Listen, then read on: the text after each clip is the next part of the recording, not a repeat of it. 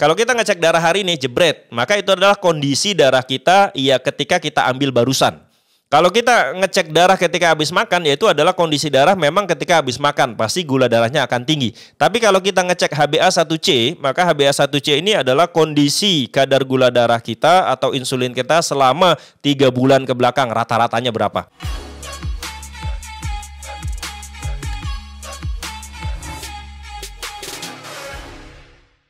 Halo teman-teman sekalian, coba lihat di layar ya, itu ada screenshot dari hasil laboratorium cek darah istri saya. Jadi istri saya pekan lalu cek darah dan teman-teman bisa lihat di situ HbA1c-nya 5,0, kemudian HbA1c IFCC ini saya kurang paham, itu 31, tapi semuanya masih di angka normal. Artinya istri saya tidak mengalami diabetes atau pre-diabetes karena HbA1c-nya masih di bawah batas normal. Ya, nah HbA1c itu apa sih? HbA1c itu adalah kondisi ya, saya lupa kondisi insulin atau gula darah, tapi ya antara itulah kondisi gula darah atau insulin kita selama 3 bulan ke belakang. Jadi kalau teman-teman mau ngecek apakah diabetes atau tidak, maka mengecek HbA1c ini jauh lebih valid daripada kita mengecek darah seketika. Karena gini, kalau kita ngecek darah hari ini jebret, maka itu adalah kondisi darah kita ya ketika kita ambil barusan. Kalau kita ngecek darah ketika habis makan, yaitu adalah kondisi darah memang ketika habis makan, pasti gula darahnya akan tinggi. Tapi kalau kita ngecek HbA1c, maka HbA1c ini adalah kondisi kadar gula darah kita atau insulin kita selama 3 bulan ke belakang, rata-ratanya berapa. Dan ternyata istri saya itu rata-ratanya 5,0. Luar biasa ya, jadi 5,0 itu tidak diabetes. Nah teman-teman ya, istri saya ini tidak menjalankan ketofastosis, tidak seperti saya. Istri saya masih makan nasi ya kan dan sebagainya. Tapi yang saya lihat istri saya ini memang tidak rakus makannya. Jadi makannya itu memang benar-benar jaga ya, kalau memang nggak lapar dia nggak makan gitu ya. Kemudian kalau ngemil ya masih ngemil ya. Ngemil itu yang dia jaga, misalkan udah ngemil roti, maka misalkan dia ngemil roti nanti dia saya nanya kan, nggak makan beb, nggak makan nasi, nggak, tadi udah makan roti masih kenyang, biasanya gitu ya. Atau misalkan sudah makan nasi gitu ya, lalu ada cemilan ya dia taruh di kulkas, kok nggak dimakan cemilannya, buat besok lah barusan makan nasi. Jadi istri saya ini tidak menjalankan ketofastosis, tapi kemudian dia bisa menjaga makanannya dan kemudian makanan itu benar-benar kemudian yang real food. Jadi itu yang pertama. Yang kedua ya, istri saya tidak menjalankan ketofastosis tapi bisa bagus hasil HbA1c-nya. Itu kenapa? Karena istri saya tidak ngopi dan tidak ngeteh. Jadi istri saya ini 10 tahun saya bersama gitu, dia memang kalau pagi-pagi tuh nggak ada istilah kalau kita kan biasanya pagi-pagi ngopi dulu lah ya kan, atau misalkan ada yang pagi-pagi kita bikin teh dulu lah gitu. Kalau istri saya ini enggak. Jadi istri saya ini tidak ngopi, tidak ngeteh, sehingga tidak masuk gula gitu, tidak masuk gula pasir ke dalam tubuhnya. Kecuali memang gula pasir yang berasal dari cemilan yang misalkan dia makan roti atau apapun. Tapi tadi saya bilang kalau sudah makan cemilan masih kenyang, dia tidak akan makan nasi.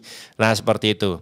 Ya teman-teman, kemudian saya kemudian mengambil kesimpulan, oh berarti ya memang kalau teman-teman tidak menjalankan ketofastosis, maka teman-teman harus bisa menjaga pola makannya ya, tidak rakus, tidak berlebihan. Dan sangat-sangat penting untuk menghindari gula ya, terutama gula pasir. Gula pasir atau gula lah ya, yang namanya gula itu sangat luar biasa ya, harus dihindari. Karena seperti video yang sebelumnya gitu ya, teman-teman bisa lihat di video yang sebelumnya, itu saya menjelaskan bahwa ada orang yang sudah menjalankan defisit kalori, kemudian sudah menjaga makannya, menghitung kalori yang masuk dan kalori yang keluar, tapi kemudian ketika dicek HbA1c-nya itu 5,7 atau 5,8, sudah pre-diabetes.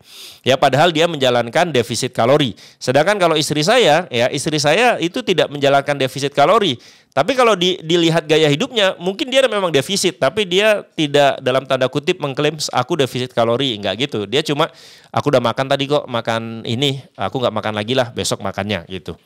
Nah, dari sini tadi saya bilang yang sudah menjalankan defisit kalori bisa pre-diabetes. Kenapa? Ternyata setelah saya tanya kemarin ya, dia bilang ya memang dia ngopi setiap hari itu dia ngopinya juga pakai gula.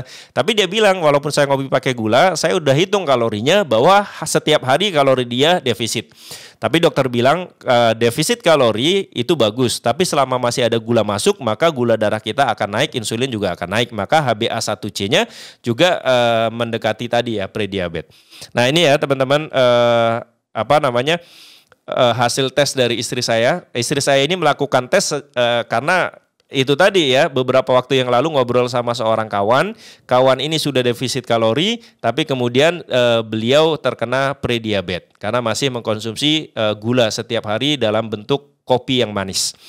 Nah teman-teman, kemudian pertanyaannya ya berikutnya adalah berapa sih HbA1c yang normal? Nah teman-teman, HbA1c dan gula darah yang normal itu berapa sih Bang? Karena beberapa ada yang komen begitu ya. Kalau yang normal tuh gula darahnya berapa sih gitu ya. Nah ini teman-teman bisa lihat di layar. Ini saya sampaikan ya, di situ ada kondisi yang namanya adalah paling atas diabetes, kemudian ada pre-diabetes, lalu ada normal. Kalau teman-teman lihat ya, kita yang normal dulu ya. Kalau kita disebut normal itu ketika HbA1c-nya itu di bawah 5,7%. Jadi di bawah 5,7, kalau istri saya tadi kan 5, itu berarti masih normal. 5,7. Kita dikatakan pre-diabetes itu ketika HbA1c-nya 5,7 sampai 6,4. Nah ini ya, jadi kalau di angka itu kita disebut pre-diabetes. Kemudian kita disebut diabetes ketika HbA1c kita lebih besar atau sama dengan 6,5. Jadi kalau HbA1c kita udah 6,5, ini udah diabetes nih. Gitu, ingat ya, HbA1c itu adalah kondisi darah kita, ya gula darah, insulin dan sebagainya dalam 3 bulan ke belakang. Nah kemudian kalau kita ukur gula darah ya, misalkan kita ngukur gula darah, yang kita ukur tuh gula darah puasa. Jadi misalkan teman-teman terakhir makan jam 8 malam, lalu kemudian jam 9 pagi, ya jam 9 pagi belum makan apapun, hanya minum air putih, kita ukur gula darahnya. Nah di kondisi puasa ini, kalau gula darahnya di bawah 100, maka ini normal. Kalau di antara 100 sampai 125 ini prediabetes. Tuh bayangin, ketika kita puasa gula darahnya 100 sampai 125 itu udah masuk prediabetes. Artinya kita makan terakhir tadi malam loh. Lalu kita nggak makan selama misalkan 12 jam, kok gula darahnya masih 100 atau 125? Berarti kan ini tinggi ya, padahal belum masuk apapun. Nah ini udah disebut dengan prediabetes. Lalu kalau ketika ternyata pas gula darah puasa kita cek di atas ya atau sama dengan 126, maka kita sudah masuk kategori diabetes. Nah kalau sudah seperti ini teman-teman ya, ingat ya diabetes itu adalah ibunya penyakit. Artinya kalau teman-teman sudah terkena diabetes biasanya akan nyerang kemana-mana tuh, ya kan? Bisa impotensi, bisa buta, bisa asam urat, bisa jantung, gagal ginjal dan sebagainya. Nah maka sebelum itu terjadi teman-teman jaga gaya hidup kita, jaga makanan kita, jangan makan yang manis-manis terlalu banyak gitu ya. Kalau bisa menjalankan ketofastosis jalankan, kalau tidak bisa defisit kalori, kalau tidak bisa OCD-nya Deddy Corbuzier, kalau tidak bisa juga ya pokoknya jalankan seperti istri saya, ya kalau memang tidak lapar ya tidak perlu makan. Ya kan, kalau lapar ya makan secukupnya, nggak perlu rakus-rakus. Istri saya itu hidupnya enak, makan brownies ya masih dimakan gitu ya, tapi makan brownies ya sepotong 2 potong selesai. Tapi setelah itu dia tidak makan nasi misalkan. Atau kalau sudah makan nasi ya dia tidak ngemil gitu. Jadi memang rem itu sangat dibutuhkan. Jadi kita harus bisa mengerem agar kita tidak makan melulu gitu loh. Kalau teman-teman makan terus maka ini khawatirnya nanti kita panen diabetes. Nauzubillah min zalik ya. Semoga ini menjadi pengingat buat saya pribadi dan buat kita semua. Semoga bermanfaat ya. Jangan lupa like, komen dan subscribe. Kita bertemu di video yang lain dan bye-bye.